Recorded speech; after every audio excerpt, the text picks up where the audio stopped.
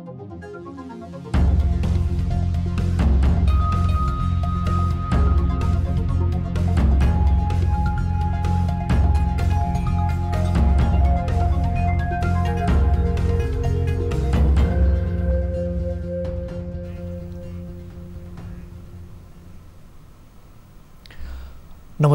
यो हो news 24 television prime time न्यूजमा स्वागत छ।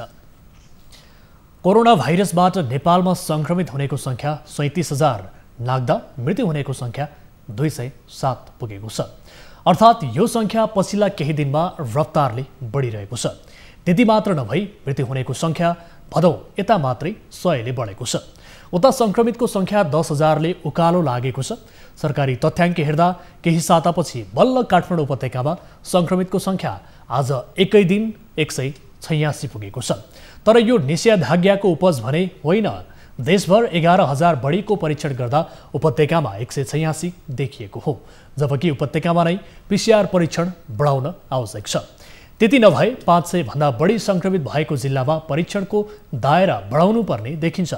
उता जनस्वास्थ्य विज्ञ लगातार निषेधाज्ञा मुलुकका लागि फलिफाप नहुने बताइरहेका छन्। तर सरकारले त्यो बाहेक अन्य विकल्पमा गएर संक्रमण फैलन रोक्ने र संक्रमितको ट्रेसिङ गर्ने कुनै चाँजोपाजो देखाएको छैन। उता नागरिकले पनि मास्कको प्रयोग र भौतिक दूरी कायम गर्न भने नछोडौँ। अब प्राइम टाइम न्यूजका हेडलाइन्स। उपत्यकामा 186 सहित 24 घण्टामा 884 जनामा कोरोना संक्रमण। संक्रमितको संख्या 37,000 नाग्यो।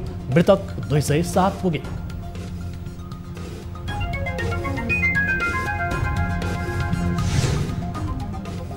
प्रत्येक 2 घण्टामा एक कोरोना संक्रमितको मृत्यु हुँदै भदौ यता मात्रै 100 जनाको मृत्यु। मसान्तसम्म संख्या दोब्बर हुने आकलन।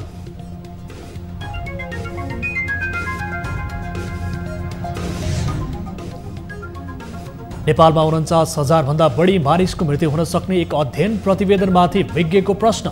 अध्ययन मिथ्या भएको भन्दै भ्रम नफैलाउन आग्रह। भ्रमहरू आउँछन्, यो चाहिँ ती भ्रमहरूबाट हामीहरू चाहिँ बच्न चाहिँ जरुरी छ। हेटौडा सिमेन्ट उद्योगमा अनियमितताको आशंका। राष्ट्रिय सतर्कता केन्द्रले कारबाहीको सिफारिस गर्दा पनि मौन। रिक्वायरमेन्ट छ कि छैन, हामीले आफ्नै कर्मचारीबाट भइरहेको छ फुलफिल। यदि फुलफिल भएन भने हामीलाई आवश्यकता र टर्कीमाथि प्रतिबन्ध लगाउने युरोपियन युनियनको चेतावनी। भूमध्य सागरमा ग्रिस र साइप्रस बीचको बढ्दो तनाव कम गर्न प्रभावकारी भूमिका नखेलेको आरोप।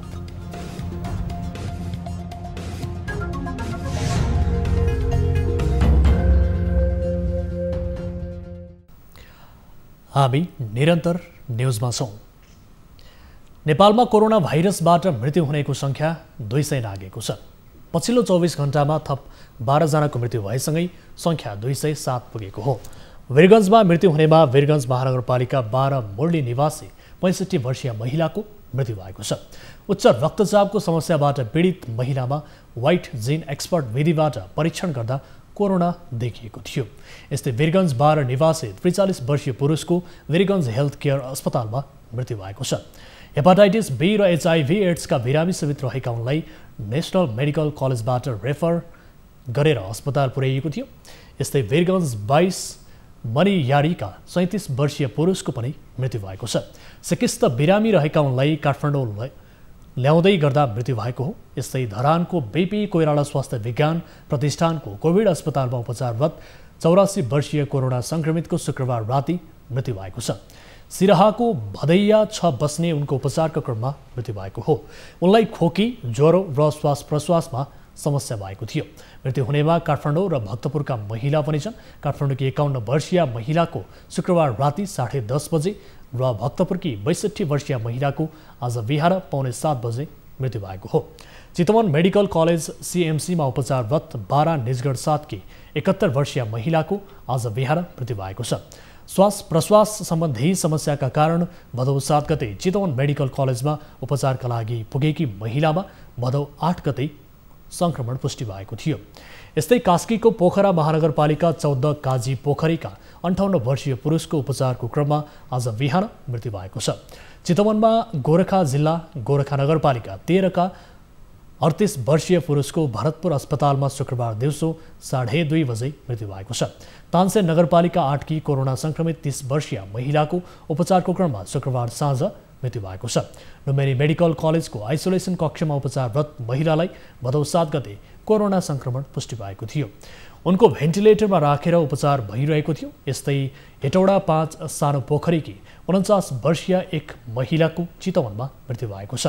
मृगौला रोगले पीडित समेत रहेकी उनको शनिबार बिहान चितवन मेडिकल कलेजमा मृत्यु भएको हो। डायलिसिस गर्नका लागि उनी साउन 27 गते चितवन मेडिकल कलेज पुगेकी थिइन्। उनको 3 पटकसम्म डायलिसिस गरिएको अस्पतालले जनाएको छ।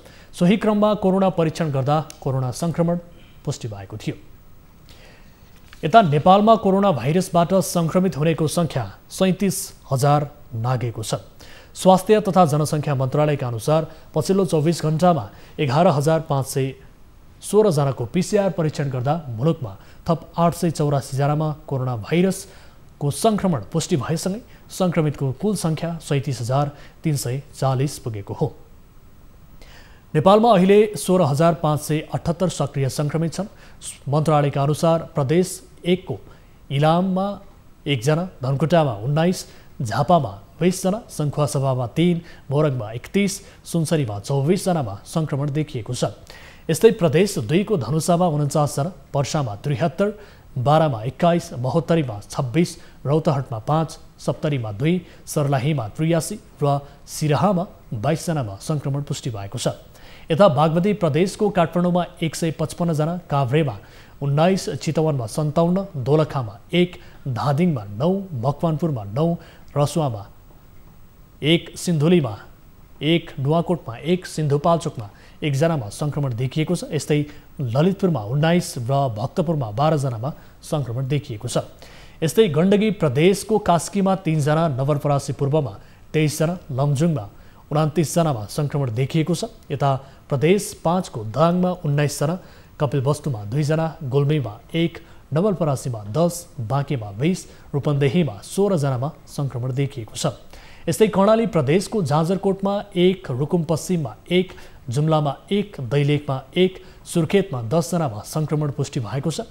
यस्तै सुदूरपश्चिम प्रदेशको कञ्चनपुरमा 17 जना, कैलालीमा 19, दार्चुलामा 3, बझाङमा 26 र बैतडीमा 21 जनामा संक्रमण देखिएको छ।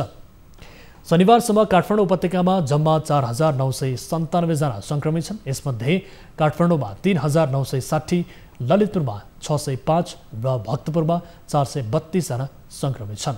त्यस्तै हालसम्म 8,035 जना क्वारेन्टिनमा छन् भने आइसोलेसनमा 16,578 जना छन्। यस्तै पछिल्लो 24 घण्टामा 313 जना बिरामी निको भएर घर फर्किएसँगै डिस्चार्ज हुनेको संख्या 20,555 पुगेको छ भने देशभर 6,69,626 जनाको PCR विधिबाट परीक्षण भएको छ। कोरोना भाइरसबाट देशभर संक्रमितको संख्या 37,000 नागेको छ। अर्थात् भदौ यता मात्रै 10,079 जना संक्रमित थपिएका छन्। यो मात्र नभई मृत्यु दर पनि भत्तै बढेको छ। भदौ 1 गतेसम्म 107 संक्रमितको मृत्यु हुँदा 13 दिनमै यो संख्या 100ले बढेर 207 पुगेको छ।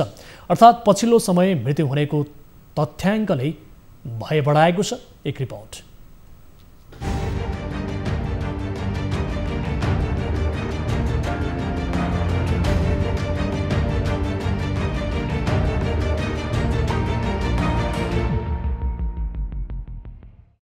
कोरोना भाइरसको संक्रमण र मृत्यु हुनेको संख्याले त्रास थप्दै लगेको छ। सक्रिय संक्रमित भलै 16,578 भए पनि निको हुनेको मात्रा हरेक दिन सोचे अनुपातमा छैन। हुन पनि कोरोनाको कुनै खोप नै नबनेकाले र आफ्नै रोगसँग लड्ने क्षमताले धेरैले यसलाई जितेर फर्किएका छन्। तर त्यो बाहेक संक्रमित हुनेको संख्या र मृत्युदर भने आततायी बनिरहेको छ। भदौ 1 गतेसम्म देशभर कोरोनाबाट संक्रमित हुनेको संख्या 27,241 जना, भदौ 1 गतेसम्म मृत्यु हुनेको संख्या 107 जना, भदौ 13 गतेसम्म देशभर कोरोनाबाट संक्रमित हुनेको संख्या 37,340, भदौ 13 गतेसम्म मृत्यु हुनेको संख्या 207 जना। यो दुई तथ्याङ्कले प्रष्ट भन्छ कि संक्रमित र मृत्यु हुनेको संख्या तीव्र रूपमा बढिरहेको छ र सबैभन्दा धेरै मृत्यु हुनेको संख्या बढेको छ। अर्थात् प्रत्येक 2 घण्टामा एक सङ्क्रमितको मृत्यु भइरहेको छ। भदौ 1 गतेदेखि 13 गतेसम्मको मृतकको तथ्याङ्क: भदौ 1 गते 3 जना, भदौ 2 गते 7 जना, भदौ 3 गते 6 जना, भदौ 4 गते 6 जना, भदौ 5 गते 11 जना, भदौ 6 गते 9 जना, भदौ 7 गते 3 जना, भदौ 8 गते 8 जना, भदौ 9 गते 7 जना, भदौ 10 गते 11 जना, भदौ 11 गते 8 जना, भदौ 12 गते 12 जना, भदौ 13 गते 12 जना। अर्थात् 13 दिनमै 100को मृत्यु हुनुले यही अनुपातमा मृत्यु भइरहने हो भने भदौ 31 गतेसम्म 300 पार हुन सक्नेछ। 0.95% मृत्युदर रहँदा नै नेपाल दक्षिण एसियामा सबैभन्दा धेरै मृत्यु हुने 5औं मुलुक हो। कोरोना भाइरसको संक्रमणबाट नेपालमा 49,000 भन्दा बढी मानिसको मृत्यु हुन सक्ने एक अध्ययनले देखाएको छ। UK aid, Oxford policy management र युनिभर्सिटी अफ अक्सफोर्डले गरेको संयुक्त अध्ययनले सन् 2020को अन्त्यसम्ममा नेपालमा कोरोनाबाट 49,200 जनाको मृत्यु हुन सक्ने अनुमान गरेको छ। तर जनस्वास्थ्य विज्ञ भने यो अध्ययन गलत भएको दावी गर्छन्। साथै महामारीको समयमा यस किसिमका हल्ला र भ्रमको पछि लाग्नु मूर्खता भएको दावी जनस्वास्थ्य विज्ञको छ। अक्सफोर्ड पोलिसी म्यानेजमेन्टले एउटा चाहिँ यो मे 2020मा एउटा चाहिँ रिसर्च गरेको थियो र त्यसलाई चाहिँ modelling of covid strategies in Nepal भनेर त्यसको चाहिँ हेडिङ दिएको छ। र त्यसमा चाहिँ के भनेको छ भने कोरोना सङ्क्रमणले डिसेम्बरसम्ममा नेपालको 81% पपुलेसन चाहिँ सङ्क्रमित हुन्छन् र त्यो सङ्क्रमणबाट बढीमा चाहिँ एउटा हाइएस्टमा चाहिँ 49,200, मिडियममा चाहिँ 44,200 अथवा चाहिँ न्यूनतम चाहिँ 32,900 जना चाहिँ को मृत्यु हुन्छ भनेर चाहिँ एउटा चाहिँ पेपर निकालेको छ।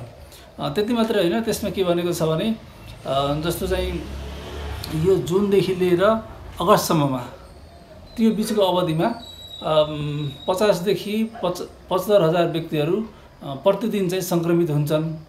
सङ्क्रमितको सङ्ख्या चाहिँ पर डे चाहिँ 50 देखि 75,000 हुन्छ भनेर चाहिँ त्यसमा चाहिँ उल्लेख गरेको छ। त्यति मात्रै होइन, जब यो सङ्क्रमण पिकमा पुग्यो भने प्रतिदिन 8,46,000 चाहिँ व्यक्ति चाहिँ सङ्क्रमित हुन्छन् भन्ने पनि उसको एउटा चाहिँ अनुमान छ। र त्यो अनुमान अनुसार नेपाललाई चाहिँ 12,400 चाहिँ आइसियु चाहिन सक्छ, 1000वटा चाहिँ भेन्टिलेटर चाहिन सक्छ भनेर त्यो खालको एउटा चाहिँ अनुसन्धान चाहिँ गरेको छ। तर त्यो चाहिँ जुन अनुसन्धान हो त्यो अत्यन्तै गलत र भ्रमपूर्ण छ। किनभने नेपालमा जस्तो चाहिँ अहिले उसले रिसर्च गरे अनुसार जुन, जुलाई, अगस्त महिना पनि गइसक्यो। अबको चाहिँ 1 महिनामा दैनिक चाहिँ 50 देखि 75,000 चाहिँ सङ्क्रमित हुने त्यो अवस्था चाहिँ छैन। त्यस्तै चाहिँ अर्को कुरा भनेको मृत्युको कुरा हेर्ने भने पनि नेपालको चाहिँ अहिले जम्मा आजसम्म 207 जनाको चाहिँ मृत्यु भएको छ भने उसले चाहिँ जुन अनुमान गरेको छ त्यो 32,900 जना चाहिँ मृत्यु पुग्नलाई त्यो चाहिँ पुग्दैन। त्यो भएको हुनाले हामीहरूले यस्ता विभिन्न किसिमका चाहिँ भ्रमहरू आउँछन्। यो चाहिँ ती भ्रमहरूबाट हामीहरू चाहिँ बच्न चाहिँ जरुरी छ र हामीहरूले नेपालको धरातलीय यथार्थता र नेपालको चाहिँ यहाँको चाहिँ जुन विशेषता हो त्योमा आधारित भएर गरेको अनुसन्धानको मात्रै हामीले चाहिँ विश्वास गर्नुपर्ने हुन्छ। यो बिचमा आउने विभिन्न किसिमका हल्लाहरू यो के हिसाबले यसको अनुसन्धान भएको थियो, उद्देश्य के थियो त्यो थाहा नपाइकन हामीले कुनै पनि किसिमको जुन हल्लाहरू हुन्छन् ती हल्लालाई चाहिँ विश्वास गर्न हुँदैन। जनकपुरको जनकपुर धाम उपमहानगरपालिका 7मा आपतकालीन निःशुल्क स्वास्थ्य शिविर अभियान सुरु भएको छ। सामान्य प्रकृतिका रोगीलाई पनि अस्पतालले भर्ना लिन नमानेको अवस्थामा वडावासीको आग्रह अनुसार वडा नम्बर 7 का वडा अध्यक्ष जानकी राम शाहले निःशुल्क उपचार सञ्चालनमा ल्याएका हुन्। अहिले यस अभियानले वडामा मात्र होइन समग्र जनकपुरमै चर्चा पाएको छ। कोरोना कहरका कारण अस्पताल भौतारिँदै जीवन त्याग्नु परेका पर्याप्त उदाहरण देखिएपछि आफ्नो वडामा यो महामारीको अवस्था आउन नदिने उद्देश्यका साथ अभियान सञ्चालन गरिएको वडा अध्यक्ष जानकी राम शाहले जानकारी दिनुभयो। आम अस्पताल अहिले कोरोना अस्पताल बनेकाले अन्य बिरामीको उपचारमा समस्या देखिँदै आएको छ। कञ्चनपुरको महाकाली नगरपालिकामा उच्च ज्वरोका कारण 8 बिरामीको मृत्यु भएको छ। 2 साताको अवधिमा उच्च ज्वरो देखिएका 8 जनाको मृत्यु भएको हो। मृतक 8 जना मध्ये 6 जना दोधारा चाँदनी प्राथमिक स्वास्थ्य केन्द्रको सम्पर्कमा आएका हुन् भने 2 जना बाहिरका हुन्। ज्वरो आएपछि उपचारका लागि दोधारा चाँदनी प्राथमिक स्वास्थ्य केन्द्र आएका 6 जनालाई अन्यत्र रेफर गरिएको थियो। अन्यत्र अस्पताल रेफर गरिएका उनीहरू केहीको उपचार तथा केहीको अस्पतालबाट घर आएपछि मृत्यु भएको हो। मृत्यु हुनेमा वडा नम्बर 7 का 13 वर्षीय पूजा बोगटी, वडा नम्बर 5 का 35 वर्षीय गम्भीर भण्डारी, वडा नम्बर 4 का 21 वर्षीय प्रेमचन्द, वडा नम्बर 1 का 15 वर्षीय पङ्कज चन्द, 25 वर्षीय मोहन दमाई, वडा नम्बर 3 का 30 वर्षीय मानबहादुर सुनार, 75 वर्षीय तुलसिंह थापा र 38 वर्षीय वतन बुढा मगर छन्।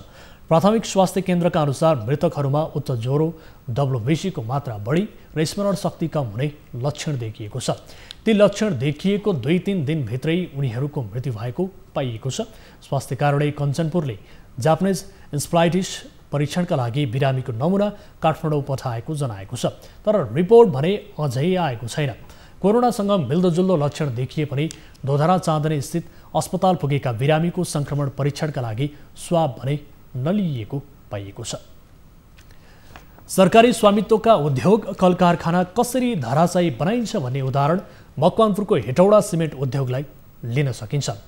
उद्योगलाई धराशायी बनाउन व्यवस्थापन नै लागि परेको बलियो उदाहरण भेटिएको छ। सिमेन्ट उद्योगमै काम गरेर अवकाश पाएका एक सामान्य कर्मचारीलाई लाखभन्दा बढी तलब दिने गरी विज्ञका रूपमा नियुक्त गरिएको छ। यी बाहेक पनि व्यवस्थापनको कमजोरी धेरै भेटिएका छन्। एक रिपोर्ट। हेटौडा सिमेन्ट उद्योगले भर्ना गरेका कर्मचारीहरूको लिस्ट हो यो।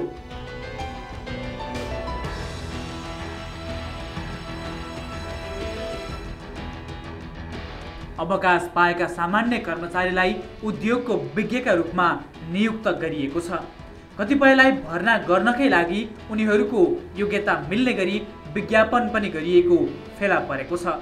यस सन्दर्भमा राष्ट्रिय सतर्कता केन्द्रले कारबाहीका लागि सिफारिस पनि गरेको थियो, तर कसैलाई कारबाही भएन।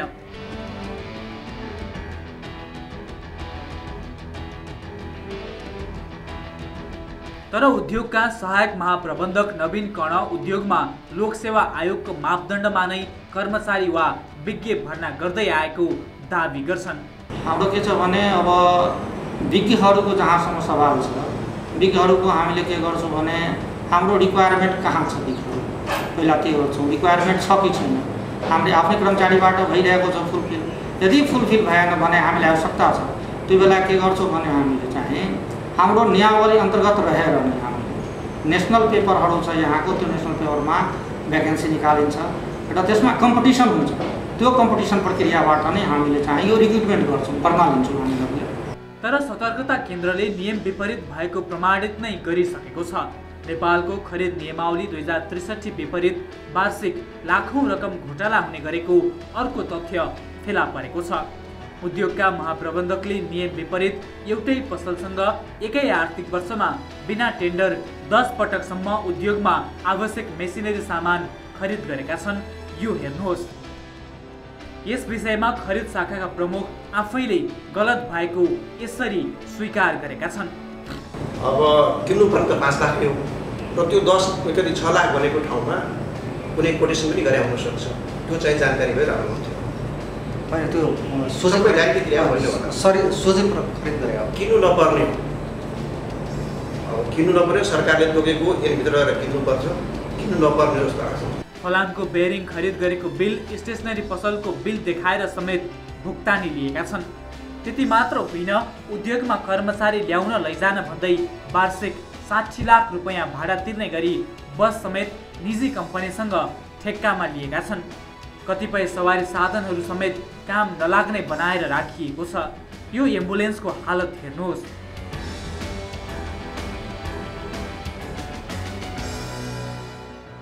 बजारमा उपभोक्ताले हेटौडा सिमेन्ट खोजिरहेका हुन्छन्, तर उद्योगभित्रै करिब 2 लाख बोरा सिमेन्ट त्यत्तिकै थन्क्याएर राखिएको छ। तर यहाँका कर्मचारी व्यवस्थापकलाई बजारमा पुर्याउने कुनै चासो नै छैन। मकवानपुरबाट टिभी जर्नलिस्ट देवराज पन्तको रिपोर्ट। नेपाल निर्माण व्यवसायी महासङ्घले रेलवे ठेक्काका विषयमा रेलवे विभागको टेन्डरमा संस्थाको अगुवाईमा कुनै मिलेमतो नभएको जनाएको छ। महासङ्घले आज विज्ञप्ति जारी गर्दै ठेक्कामा महासङ्घको कुनै संलग्नता नरहेको जनाएको हो। सार्वजनिक खरिद ऐन, नियम, मुलुकको प्रचलित कानुन बमोजिम बोलपत्रको योग्यता निर्धारण गर्ने काम राज्यको भएको उल्लेख गर्दै महासङ्घको कुनै भूमिका र संलग्नता नरहने भनिएको छ। रेलवे विभागको बोलपत्रहरूमा जेभी कम्पनीको रूपमा साना निर्माण व्यवसायी समेत गरी 100 भन्दा बढी निर्माण कम्पनीको सहभागिता रहेको महासङ्घले उल्लेख गरेको छ। 100 भन्दा बढी निर्माण कम्पनी सहभागी भएको बोलपत्र प्रक्रियामा सीमित निर्माण व्यवसायीको मात्र सहभागिता भनेर उल्लेख हुनु आफैमा विरोधाभास भएको जनाइएको छ। विभागको बोलपत्र सम्बन्धमा सम्मानित उच्च अदालत पाटनमा रेट निवेदन परि विभागले तोकेको योग्यता कानुन सम्मत ठहर गरी टेन्डर प्रक्रिया रोक्न नपर्ने आदेश भएको र यसबाट समेत ठेक्का प्रक्रिया कानुन सम्मत भएको पुष्टि भएको विज्ञप्तिमा उल्लेख गरिएको छ। न्युजहरू अझै बाँकी छन्, अहिलेलाई ब्रेक।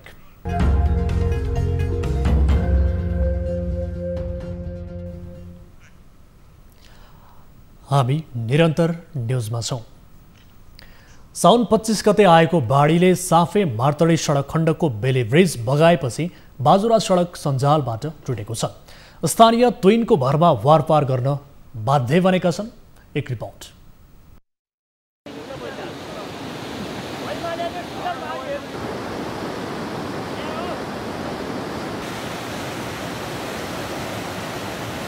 बुढीगङ्गा नदीमा आएको बाढीले साफे मार्तडी सडक खण्डको बेली ब्रिज बगाएपछि सडक सम्पर्क टुटेको छ, जसका कारण 25 गतेदेखि जिल्ला बाहिर जाने र भित्रने सवारी साधन ठप्प छन्। सडक अवरुद्धपछि जिल्लामा खाद्य वस्तु आयात नहुँदा स्थानीयलाई खान समस्या हुन थालेको छ। जिल्लाभरिका पुल बगाउन थालेपछि स्थानीयलाई एक स्थानबाट अर्को स्थानसम्म जान धौधौ पर्ने गरेको छ। 25 गते राति आएको वर्षाले यहाँको बेली अनि यहाँ नजिकै झुलुङ्गे पुल बगाएर यहाँको बस्तीलाई पनि यताउति जान नपर्ने जोखिम भयो। त्यो कारणले हामीले आफ्नै जनसर्वनान्त यो सेवा पनि भयो, एकातिर रोजगार पनि हो। हेर्नुहोस्, हाम्रो अब 25-30 जना हामी यहाँ काम गर्ने मान्छे छौँ अनि दिनमा 10-12 जना 10-12 कोटा मात्रै आउँछौँ काम गर्ने। हालसम्म बाजुरामा बाढी पहिरोका कारण 60 घरधुरी विस्थापित समेत भइसकेका छन्। बाढी पहिरोले एक पक्की पुल, एक बेले ब्रिज, 5 झुलुङ्गे पुल र 15 काठे पुल समेत बगाएको छ। त्यसैले जोखिम मोलेर तुइनबाट कष्टकर यात्रा गराउनु परेको तुइन सञ्चालकको भनाइ छ। बुढीगङ्गा नदीले पुल बगाएपछि हिमाली स्थानीय तहका जनताहरूलाई सदरमुकाम आउन निकै समस्या हुने गरेको छ। खाद्यान्न सामग्री लिन सदरमुकाम आउँदा पुल नभएका कारण जोखिम मोलेर यात्रा गर्नु परेको स्थानीय बताउँछन्। 2-2.5 घन्टा हिँडेर घुमाएर त्यो बस्तीमा बडा जोखिमका साथ पुर्याउनु पर्ने बाध्य थियो। तर त्यो बाध्यतालाई पनि अलिकति हटाइएर हामीले एक खालको चाहिँ यो सहज वातावरण भनौँ, अब यो निकै सेवा गऱ्यौँ, दीर्घकालीन हो, अब यो गरेर सबै भइहाल्यो भन्ने कुरा भएन। 4 वर्ष पहिले प्रधानमन्त्री केपी शर्मा ओली नेतृत्वको मन्त्री परिषदले पहिलो निर्णयका रूपमा 2 वर्षभित्र देशलाई तुइन मुक्त बनाउने घोषणा गरेको थियो। तर बाजुराको बुढीगङ्गा नदीमा तुइन जस्ताको त्यस्तै छ।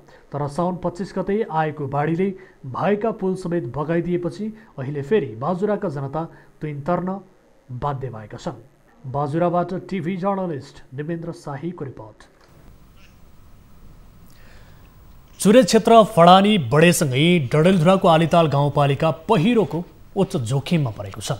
अवैध रूपमा काठ तस्करहरूले वन फडानी तीव्र पारेपछि गाउँपालिकाभित्रका दर्जनौं गाउँ पहिरोको जोखिममा परेका हुन्। चुरे पहाड फुटेर पहिरो खस्न थालेपछि 75 घर परिवार विस्थापित भइसकेका छन्। गाउँको सिरानमा रहेको यो डाँडा एकाएक भत्किएर पहिरोमा परिणत भएपछि आलिताल गाउँपालिका वडा नम्बर 7 को बलौसा गाउँका करिब 75 परिवार बासिन्दा यति बेला यो पहिरोले कति बेला घर पुरिन्छ र खेतबारी सहित बग्छ भन्ने चिन्तामा छन्।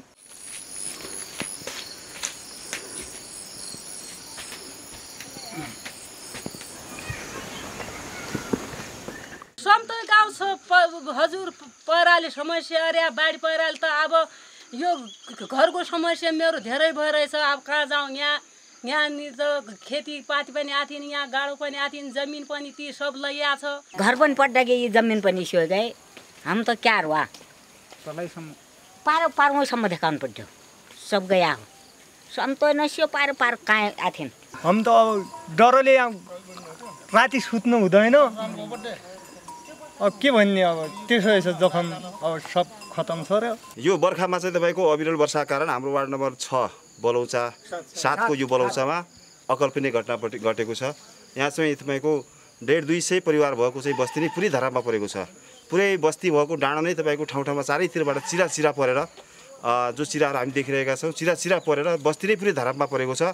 जति बेला पनि यो सिङ्गो बस्ती धरापमा पर्न सक्छ। पहिरोमा पीडित छन् यी 50औं परिवारलाई हाम्रो स्थानीय सरकारको तर्फबाट र हामीले अनुगमन गरेको तर्फबाट वडाभित्रै राख्ने, यी घरधुरीहरूलाई यहाँको जनतालाई अर्को वडामा अरू ठाउँमा नराखी आफ्नै वडाभित्र व्यवस्थापन हुने ठाउँ हामीले देखेका छौँ। स्थानीय सरकारले तत्काल यो बस्तीलाई सुरक्षित ठाउँमा चाहिँ सार दिनु पर्यो तत्कालका निमित्त र दीर्घकालीन हल्का निमित्त प्रदेश सरकार हुँदै, यदि प्रदेश सरकारले सक्दैन भने यो सङ्घीय सरकारले गर्छ। यसका निमित्त मैले सङ्घीय सरकारसँग गर्नुपर्ने कुरा के छ त्यो म लड्छु र यो कुरालाई म सदन खुल्ने बित्तिकै अथवा नखुल्दै पनि पहिलोचोटि म भोलि धनगढी हुँदै पर्सि काठमाडौँ पुग्ने मेरो प्लान छ र त्यहाँ पुग्दै म प्रधानमन्त्रीज्यूलाई चाहिँ यो रम्जाको यो ज्ञापन पत्र चाहिँ बुझाएर यहाँको समस्याबारे म त्यहाँ उजागर गर्नेछु।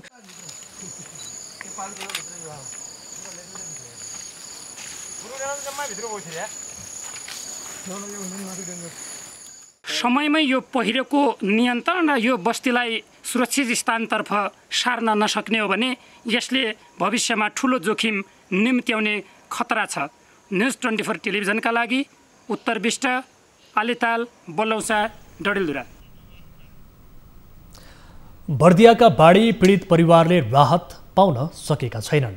कर्णाली नदीमा पानीको बहाव बढेसँगै भड्दा बदाली नालाबाट गाउँमा पानी पसेपछि 4 दर्जन घर डुबानमा परेका थिए। घरमा बाढी पसेर विस्थापित परिवारहरूको अहिले बिचल्ली भएको छ। उनीहरू सडक किनारामा त्रिपाल लगाएर चिउरा र चाउचाउको भरमा दैनिकी गुजार्न बाध्य बनेका छन्।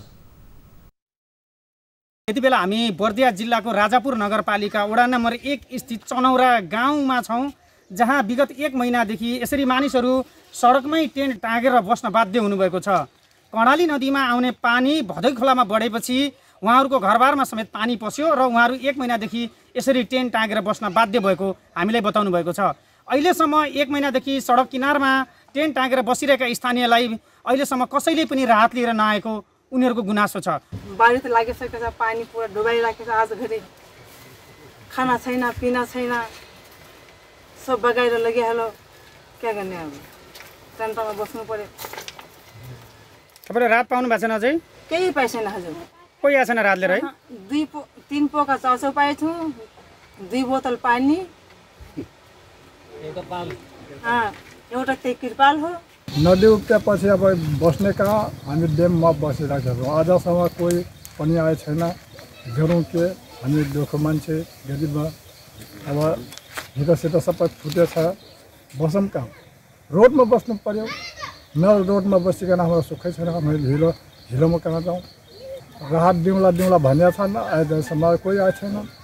कोही छैनन्, खालिका 1 पुडिया च्याउच्याउ आएछ अनि एक थैलो खालि भुजा मात्र आएछ, अरू कोही पनि आएको छैन। वर्षेनी यस्तै पीडा खेप्दै आइरहेका चनौरा गाउँका बासिन्दाहरू पटक पटक वर्षै पछि बाढीमा यस्तै गरेर पाटैमा टेन्ट टाँगेर बस्ने व्यवस्था गरिएको छ। तर उनीहरूलाई उचित रूपले समाधानको बाटोतर्फ कहिल्यै पनि सरकारले लगेको देखिँदैन।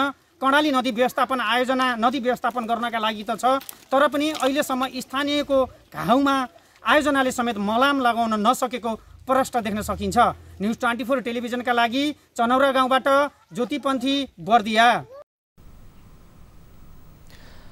बाढीले परिवारका 5 सदस्य बगाएपछि एक किशोरीलाई परिवारका बाँचेका बाँकी सदस्यको भरण पोषणको जिम्मेवारी थपिएको छ। गत भदौ 2 गते अछामको कैलाश खोलामा आएको बाढीले परिवारका सदस्य मात्र बगाएन, विपत्तिमाथि विपत्ति थपेर गएको छ। ती किशोरीमाथि एक रिपोर्ट। अछामको रामारोशन गाउँपालिका वडा नम्बर 5 भएर बग्ने कैलाश खोलामा गत भदौ 2 गते आएको बाढीका कारण अभिभावक गुमाएपछि बालबालिकाको बिचल्ली भएको हो। धन सम्पत्तिसँगै अभिभावक गुमाएका ती किशोरी सहितका परिवारका सदस्यलाई अहिले बिहान बेलुकाको छाक टार्न समेत समस्या हुँदै आएको छ। अभिभावक गुमाएपछि पठन पाठनमा पनि समस्या उत्पन्न हुन सक्ने भएले थप सताएको छ उनीहरूलाई। रामारोसन गाउँपालिका वडा नम्बर 5 का 18 वर्षीय सरिता शाहले बाढीका कारण परिवारका 5 सदस्य गुमाइन्। बुवा आमा, भाइ, फुपू र फुपूका छोरा गुमाएकी सरितालाई अहिले 76 वर्षीय हजुरआमा, एक बहिनी र एक भाइको भरण पोषणको जिम्मेवारी थपिएको छ। भाइ बहिनीले हरेक दिन बुवा आमा र भाइ कहिले आउँछन् भनेर सताउने गर्दा उनी निरुत्तर बन्ने गरेकी छिन्। जसो तसो गरी आफ्नो मन बुझाएकी सरितालाई भाइ बहिनी सम्हाल्न समेत गाह्रो भएको छ। अर्कातर्फ टिकापुरमा प्राविधिक शिक्षा पढ्दै आएकी उनलाई अब भविष्य के हुने भन्ने चिन्ताले पनि सताउन थालेको छ। भाइ बहिनीले कसरी पढाउने, के गर्ने, बुढो जिजमा हसिन्छ अनि के गर्ने, पढ्ने इच्छा त लागेको थियो, के गर्नु आफ्नो यस्तो छ। भाइ बहिनी पनि यस्तै छन्, खानु के पनि छैन अनि ठुल्बा घर बस्छौँ अनि आजकल त्यो सबै दोकानमा चियो अनि घरमा पनि पहिरो आछ, पहिरोको डरले पनि सबै सामान दोकानै बोकेको हौँ हामीले अनि बार्खा भैँसीहरू पनि दोकानै बाँध्थ्यौँ। लकडाउनका कारण चैत 9 गते घर आएका सरिताका भाइ 13 वर्षीय भूपेन्द्र शाह आमा बुवा भाइ गुमाएपछि चिन्ताले खाना खान समेत बिर्सने गरेका छन्। उनलाई बुवा आमा र भाइलाई खोलाले बगाएको अझै विश्वास समेत लागेको छैन। डाँडामा गएर पाला हालेर बसेको 4-5 दिन जति बस्यौँ अनि पानी आएको थियो अनि के गर्ने अब यस्तै हो। अनि म भाइ अनि सानो बितेको भाइ पनि टिकापुर पढ्थ्यौँ अनि लकडाउन भएखेरि चैतको कति 9-10 गतेतिर हामी त्यहाँबाट आयौँ। छोरा, बुहारी, 2वटा नाति र छोरी गुमाउनु भएका सरिताका 76 वर्षीय हजुरआमा कमल देवी शाहको अहिलेसम्म राम्रोसँग होस समेत आएको छैन। उहाँका आँखा अहिलेसम्म ओभानो हुन सकेका छैनन्। जीवनको उत्तरार्धमा पुग्नु भएकी शाहलाई सहाराको आवश्यकता भए पनि नाति नातिनाको रेखदेखको चिन्ता थपिएको छ। यता 5 वर्ष अघि बुवाको निधन भएपछि पीडा झेलिरहेका रामारोसन गाउँपालिका वडा नम्बर 6 का भीम साउदको जीवनमाथि पनि ठूलो वज्रपात आइलागेको छ। भदौ 2 गतेको बाढीका कारण आमा गुमाएपछि आमाको सहारामा बाँचेका भीमको जीविकोपार्जनसँगै अध्ययन गर्ने सपना पूरा नहुने भएको छ। बाबा बित्नु भएको थियो, अहिले अब मम्मी पनि यो भदौ 2 गतेको बाढीले लग्यो। अब म कोसँग बस्ने भन्ने त त्यस्तो त खासै छैन, दाइस अब छोरासँग गर्ने तर पनि हुन्छ त्यस्तो त। यस्तै कैलाश खोलामा आएको बाढीका कारण बुवा आमासँगै 7 जना परिवार गुमाएका रुबिना साउद पनि बेसहारा बनेकी छिन्। बाढीले ल्याएको विपत्तिले रामारोसन गाउँ शोकमा भए पनि सहयोग र सहाराका लागि अहिलेसम्म कहीँ कतैबाट ठोस कार्य हुन सकेको छैन। अछामबाट टिभी जर्नलिस्ट तपेन्द्र कुँवरको रिपोर्ट। भौतिक पूर्वाधार निर्माणमा ठेकेदार कम्पनीको चरम लापरवाही धेरै देखिने गरेको छ। सम्झौता गरेको 18 महिनाभित्र काम सक्नुपर्ने भए तापनि ठेकेदार कम्पनीको लापरवाहीले खोटाङको दिक्तेल खानीडाँडा आहाले सडक कालोपत्रेको काम अलपत्र पारेको छ, जसका कारण सो सडक खण्डका स्थानीयले शास्ति पाएका छन्। एक रिपोर्ट। ठेकेदार कम्पनीको लापरवाहीले खोटाङको दिक्तेल खानीडाँडा आहाले सडक कालोपत्रेको काम अलपत्र परेको छ। ठेकेदार कम्पनी याक्थुहाङ साप सिरुवा जेबीले निर्माण कार्य सम्पन्न गर्नुपर्ने समय बितिसक्दा पनि निर्माण कार्य सम्पन्न नगर्दा उक्त सडक कालोपत्रे अलपत्र परेको हो। करिब 11 किलोमिटर सडकको कालोपत्रे गर्न 18 महिनाभित्र काम सक्ने गरी 2075 साल असोज 1 गते याङथुहाङ साप सिरुवा जेबीले योजनाको सम्झौता गरेको थियो। कालोपत्रेको काम नभएपछि उक्त सडक अवरुद्ध हुँदा अहिले स्थानीय बासिन्दाले शास्ति खेप्नु परेको छ। सडक अवरुद्ध हुँदा एम्बुलेन्स समेत नचलेपछि सबैभन्दा बढी जिल्ला अस्पताल खोटाङबाट रेफर गरिएका बिरामी मारमा परेका छन्। दिक्तेल आले सडक खण्ड एकदम भयावह अवस्थामा रहेको छ। हामीलाई यसपालि बिरामी हुँदा समेत सहरी साधन प्रयोग गर्नु नसकिने अवस्था रहेको छ। सहरी साधन मात्रै होइन, हामी दैनिक उपभोक्ता सामग्रीहरू प्रयोग गर्नुको लागि खाद्यान्न सामान ओसार पसार गर्नुको लागि एकदम हिँडडुल गर्नुपर्ने असहज भइरहेको छ। यस्तै छ, हिलो बाटो छ, बोकेर लानुपर्ने छ सामानहरू। अब हिँड्नु र हिलो धुलो यस्तै छ, हिलो खाइछ। अहिले 2 वर्ष भइसक्यो यो बाटो, कहिले पनि पिच हुन्छ भन्छन्, भएको छैन। दिक्तेल खानीडाँडा हुँदै सगरमाथा राजमार्ग जोड्ने उक्त सडक कालोपत्रेका लागि निर्माण कम्पनीले पेटी ठेकेदारलाई कामको जिम्मा दिएकाले पनि समस्या आएको स्थानीयको आरोप छ। यता दिक्तेल रूपाकोट मजुवागढी नगरपालिकाले भने सडक निर्माण कम्पनीलाई बारम्बार ताकेता गर्दा समेत नटेरेकाले अबका दिनमा पनि ढिलाइ गरे कारबाहीको प्रक्रिया अघि बढाइने जनाएको छ। हामीले पटकौं पटक कन्ट्र्याक्टरसँग बस्यौं, पटकौं पटक अनुगमन गर्यौं। हामीले तपाईको चाहिँ त्यो बाटो गुणस्तरहीन भयो भनेर पटकौं पटक हामीले चाहिँ सुझाव दियौं। हुँदा हुँदै पनि उसले चाहिँ समयमा काम गर्न सकेन। अहिले यो अत्यन्त हिलाम्य छ, हिँड्न नसकिने स्थिति छ।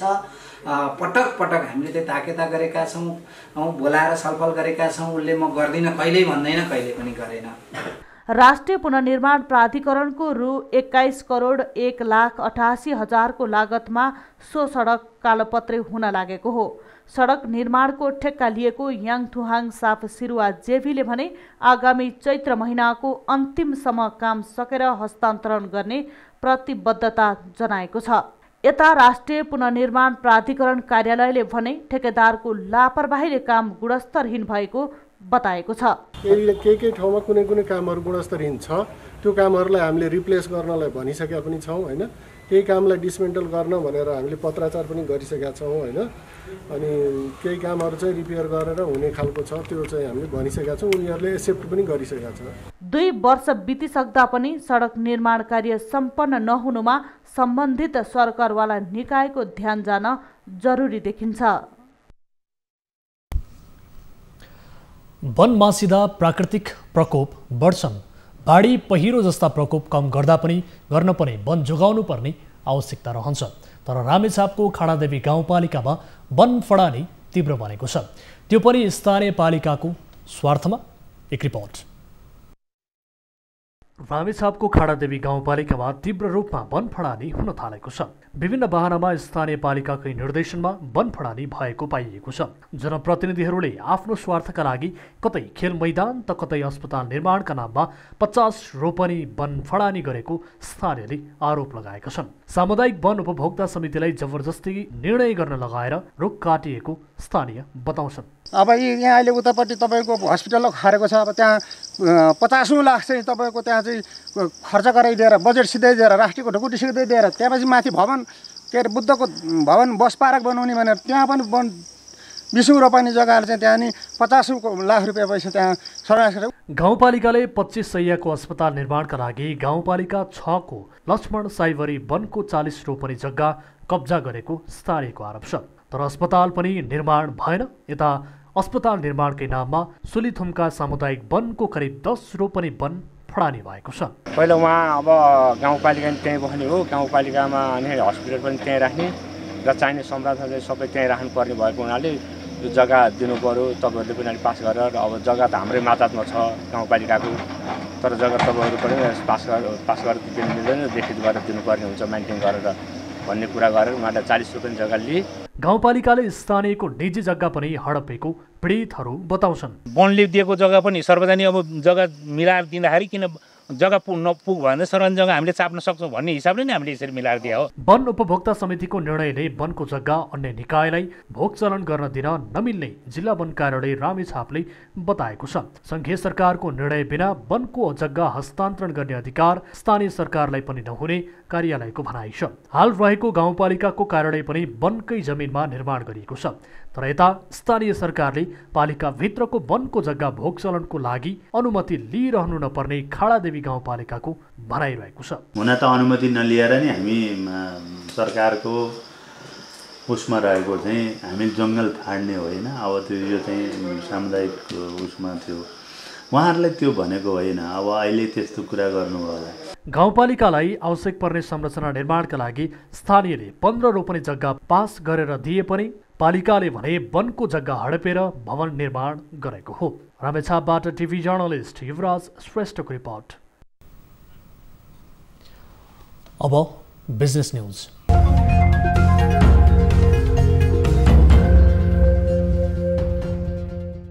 विश्वव्यापी रूपमा कोरोना भाइरसको महामारीबाट वैदेशिक रोजगारीमा रहेका नेपाली युवा समस्यामा परेका छन्। नेपाल सरकारबाट श्रम स्वीकृति लिएर वा श्रम स्वीकृति बिना जाने नेपालीहरूको कुल संख्या 50 लाखभन्दा बढी रहेको छ। नेपाल सरकारबाट स्वीकृति नलिइकन रोजगारीका लागि विदेश पुगेका अनडकुमेन्टल कामदारको अवस्था झन बढी दयनीय छ। विश्वव्यापी रूपमा बढेको कोरोना भाइरसको महामारी र लकडाउनले वैदेशिक रोजगारीमा रहेका 80% श्रमिक मजदुर नेपाल फर्कन चाहेको तथ्य नेपाल पोलिसी इन्स्टिच्युट र माइग्रेसन ल्याबले सार्वजनिक गरेको छ।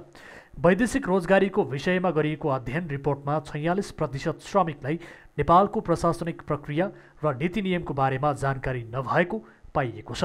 नेपाल आर्थिक पत्रकार समाज सृजनले गरेको कार्यक्रममा सो इन्स्टिच्युटकी कार्यकारी सदस्य सरोज जोशीले अधिकांश श्रमिक मजदुर देशमा बेरोजगारीका कारण वैदेशिक रोजगारीमा गएको उल्लेख गरेकी छन्। देशभित्र चरम बेरोजगारी र गरिबीका कारण नेपाली युवा रोजगारीका लागि विदेशिएका छन्। त्यसैगरी खाडी र मलेसियामा श्रम स्वीकृति नलिइकन जानेहरूको संख्या पनि ठूलो रहेको प्रतिवेदनमा उल्लेख छ। प्रतिवेदन अनुसार अनडकुमेन्ट बिना कागजपत्र जानेहरूको ठूलो संख्या साउदीमा छ। साउदीमा 45% छन्।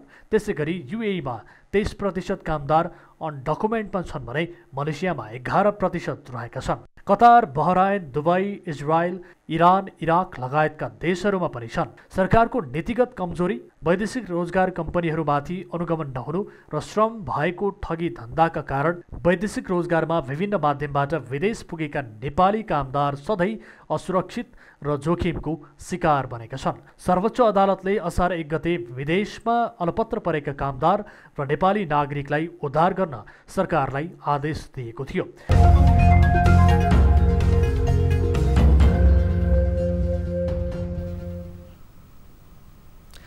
न्युजहरू अझै बाँकी छन्, अहिलेलाई ब्रेक।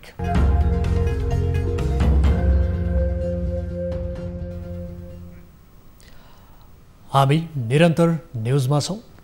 अब स्पोर्ट्स न्युज।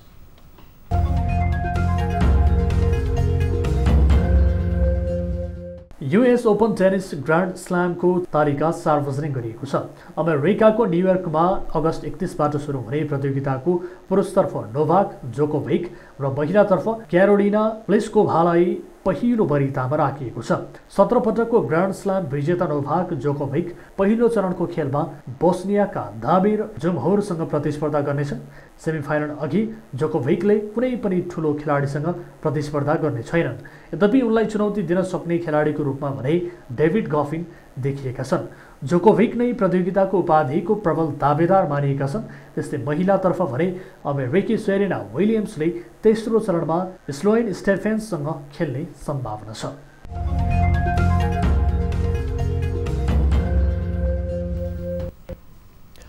अब इन्टरनेसनल न्युज।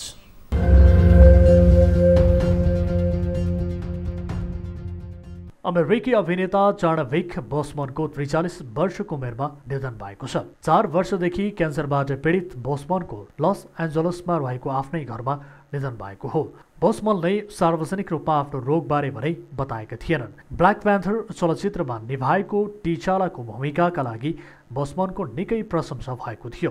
जस्तै Captain America, Civil War, 42, Avengers, Infinity War लगायतका चलचित्रमा उनले महत्त्वपूर्ण भूमिका निभाएका छन्। साउथ क्यारोलाइनमा जन्मिएका बोसमन सन् 2013मा फिल्मी उद्योगमा प्रवेश गर्नुभन्दा पहिले टेलिभिजनमा ससाना भूमिकामा अभिनय गर्थे। सन् 2013मा बनेको चलचित्र 42मा उनले बेसबल स्टार ज्याकी रोबिन्सनको भूमिका निभाएका छन्।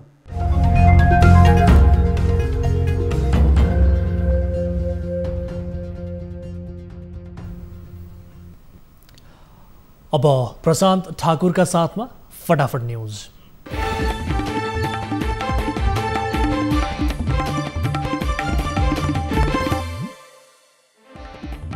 शनिबार थप 884 जनामा कोरोना संक्रमण, कुल संक्रमितको संख्या 37,000 नाग्यो। कोरोनाको कारण एकै दिन 12 जनाको मृत्यु, मृतकको संख्या 200 नाग्यो। काठमाडौँ उपत्यकामा थप 186 जनामा संक्रमण, काठमाडौँमा मात्र 155 थपिए। पछिल्लो 24 घण्टामा देशभर 313 संक्रमित निको भए, निको हुनेको दर निरन्तर खुम्चदै। विराटनगरमा 4 दिनपछि प्रशासनले उठायो संक्रमितको शव, आफन्त र परिवारका सदस्य सम्पर्कमा नआउनुको कारण शव उठाउनमा ढिलाइ भएको प्रशासनको भनाइ। स्वास्थ्य मन्त्रालयद्वारा अस्पताल सेवा नरहेका स्थानीय तहहरूमा तत्काल अस्पताल खोल्न निर्णय। 64 करोड रुपैयाँ बजेट निकासा। स्वास्थ्य कर्मीलाई डेरामा जान नदिए 1149 मा फोन गर्न गृह मन्त्रालयको आग्रह। दुर्व्यवहार गर्नेलाई कडा कारबाही गर्न सम्बन्धित निकायलाई निर्देशन। यसै वर्षदेखि नवजात शिशुलाई भिटामिन के को खोप दिइने खोप खरिदका लागि प्रदेश स्थित आपूर्ति केन्द्रमा बजेट पठाइयो। त्रिभुवन विश्वविद्यालयको वार्षिक परीक्षा दशैं पछाडि मात्र हुने सेमेस्टर परीक्षाको जिम्मा भने सम्बन्धित दिन कार्यालयलाई। परीक्षा रिपोर्ट नभएका यात्रु ल्याएको एयर अरेबिया विरुद्ध उजुरी। मन्त्रालयले बनायो छानबिन समिति। भक्तपुरमा सडकमा फ्याँकियो दुध। निषेधाज्ञाका कारण बिक्री नभएको व्यवसायीको भनाइ। विराटनगर स्थित मोरङ कारागारका एक कैदीबन्दीको कोशी अस्पतालमा मृत्यु। पेट दुख्ने तथा श्वास प्रश्वासमा समस्या भएपछि उपचारको क्रममा अस्पतालमा मृत्यु। विजय रामको मृत्युपछि रौतहटको गडुडा तनावग्रस्त। डीएसपी ज्ञानकुमार महतो प्रदेश कार्यालयमा तानिए। वीरगञ्जमा निरन्तर निषेधाज्ञाको उल्लङ्घन। स्थानीयवासी सामान किन्न चोर बाटो हुँदै सीमा पार गर्दै। कैलालीमा 5 दिन लम्बियो निषेधाज्ञा। भदौ 19 गतेसम्म लागू हुने। निषेधाज्ञाका कारण विगत 3 हप्तादेखि बन्द रहेको हेटौँडा सिमेन्ट उद्योग आजदेखि सञ्चालनमा। स्थानीय प्रशासनको स्वीकृतिमा उद्योग सञ्चालन गरेको सञ्चालकको भनाइ। साउन 25 देखि बाजुराका सडक सञ्जाल सम्पर्कविहीन। सडक सञ्जाल बन्द भएपछि खाद्यान्न सामग्रीको अभाव। बर्दियामा बाढी पीडितले 1 महिनासम्म पनि राहत पाएनन्। राहत नपाउँदा चिउरा खाएर बस्नुपर्ने बाध्यता। चुरे क्षेत्र फडानीका कारण डडेलधुराको अलिताल गाउँपालिका पहिरोको उच्च जोखिममा। चुरे फुटेर पहिरो खस्न थालेपछि 75 घर परिवार विस्थापित। हलिउड अभिनेता चाडविक बोजम्यानको निधन। 43 वर्षको उमेरमा क्यान्सरका कारण निधन भएको परिवारको भनाइ। उत्तर अमेरिकाबाट 4000 कर्मचारी निकाल्दै कोका-कोला। पुनर्संरचनाको योजना अन्तर्गत रोजगारी कटौती।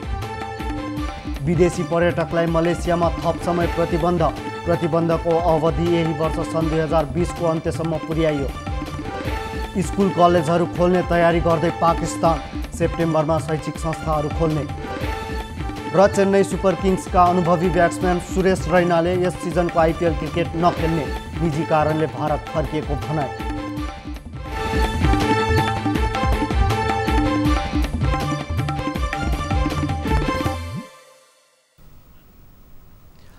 अब प्राइम टाइम न्यूज सक्नु अघि हेडलाइन्स पुनः एकपटक। उपत्यकामा 186 सहित 24 घण्टामा 884 जनामा कोरोना संक्रमण। संक्रमितको संख्या 37,000 नाघ्यो। मृतक 207 पुगे।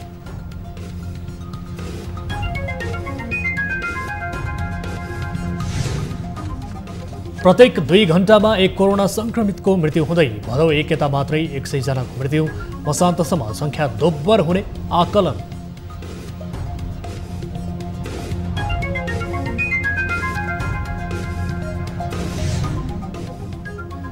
नेपालमा 49,000 भन्दा बढी मानिसको मृत्यु हुन सक्ने एक अध्ययन प्रतिवेदनमाथि विज्ञको प्रश्न। अध्ययन मिथ्या भएको भन्दै भ्रम नफैलाउने आग्रह। भ्रमहरू आउँछन्, यो चाहिँ ती भ्रमहरूबाट हामीहरू चाहिँ बच्न चाहिँ जरुरी छ। हेटौडा सिमेन्ट उद्योगमा अनियमितताको आशंका। राष्ट्रिय सतर्कता केन्द्रले कारबाहीको सिफारिस गर्दा पनि मौन। रिक्वायरमेन्ट छ कि छैन, हामीले आफै कर्मचारीबाट भइरहेको छ फुलफिल। यदि फुलफिल भएन भने हामीलाई आवश्यकता छ। टर्कीमाथि प्रतिबन्ध लगाउने युरोपियन युनियनको चेतावनी। भूमध्य सागरमा ग्रिस र साइप्रस बीचको बढ्दो तनाव कम गर्न प्रभावकारी भूमिका नखेलेको आरोप।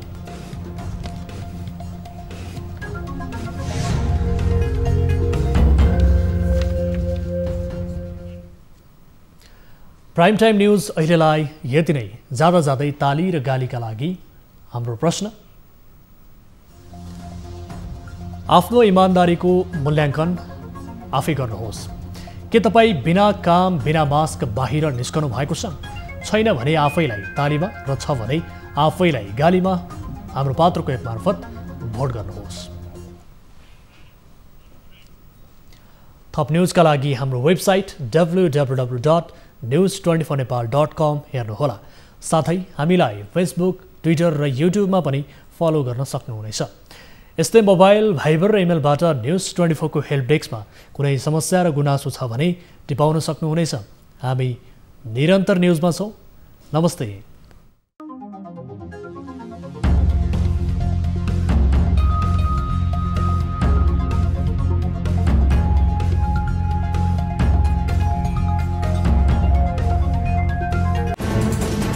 कोरोनाले सृजना गरेको सङ्कटमा पल पलका न्युज अपडेट र हर क्षेत्रको कभरेजका लागि News24 नेपाल युट्युब च्यानललाई सब्स्क्राइब गर्नुहोला।